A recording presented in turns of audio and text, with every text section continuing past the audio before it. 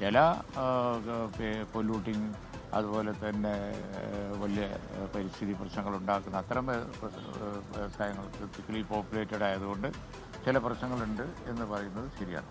പക്ഷേ കാലഘട്ടം വ്യവസായ മേഖലയിൽ ടെക്നോളജിക്കൽ ചേഞ്ച് ഇപ്പോൾ വന്നിരിക്കുന്നത് വെച്ച് നോക്കുകയാണ് എന്നുണ്ടെങ്കിൽ കേരളത്തിന് അനുയോജ്യമായ പല മേഖലകളുണ്ട്.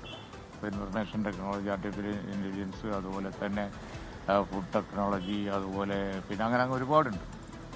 അതിലൊക്കെ കേരളത്തിന് വലിയ ശക്തിയുണ്ട്. പാരിസ്ഥിതിക പ്രശ്നങ്ങളൊന്നും ഉണ്ടാക്കാത്ത ഒരുപാട്, എന്നാൽ തൊഴിലവസരങ്ങൾ ധാരാളം ഉണ്ടാക്കുന്ന ഒരുപാട് മേഖലകളുണ്ട്.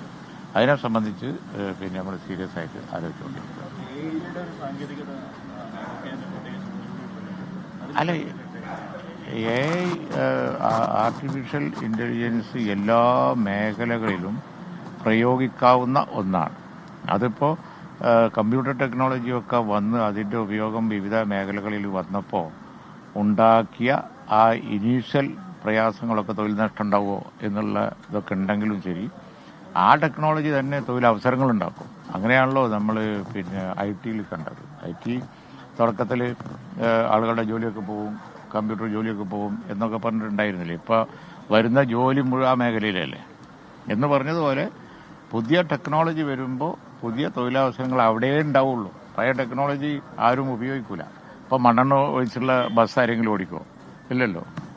അതിൻ്റെ ടെക്നോളജി ചേഞ്ച് വരുമ്പോൾ ഇപ്പോൾ പെട്രോൾ ഡീസൽ തന്നെ വേറെ എനർജിയിലേക്ക് ലോകം മാറിക്കൊണ്ടിരിക്കുകയാണ്. അങ്ങനെ ടെക്നോളജികൾ ചേഞ്ച് വരുമ്പോൾ തൊഴിലവസരങ്ങൾ അവിടെ വരുള്ളൂ. അപ്പോൾ അതനുസരിച്ച് നമ്മൾ ചിന്തിക്കേണ്ടി വരും. അപ്പോൾ ഇപ്പോഴത്തെ ഒരു കാര്യം എന്ന് പറഞ്ഞാൽ നമുക്ക് എടുത്തു പറയാനുള്ളത് അതാണ്. കേരളം ഒരുപാട് ഇത്തരം ടെക്നോളജിക്കൽ ചേഞ്ച് വന്ന വ്യവസായങ്ങൾക്ക് സാധ്യത ഉള്ളതാണ്. പുതിയ വ്യവസായങ്ങളൊക്കെ തുടങ്ങുമ്പോൾ കുറേ സാങ്കേതിക പ്രശ്നങ്ങളെ പേപ്പർ വർക്ക് അല്ല, അത് എല്ലാ കാലത്തുള്ളതാണ്. അത് എല്ലാ കാലത്തുള്ളതാണ്. പ്രൊസീജിയറിൽ പിന്നെ ഡിലേ കുറക്കണം എന്നുള്ളത് തീർച്ചയായും കഴിഞ്ഞ ഗവൺമെന്റ് കുറേ കാര്യങ്ങൾ ചെയ്തു വെച്ചിട്ടുണ്ട്. ഫർദറായിട്ട് സിംപ്ലിഫൈ ചെയ്യാൻ നോക്കും. ഓക്കെ, ശരി.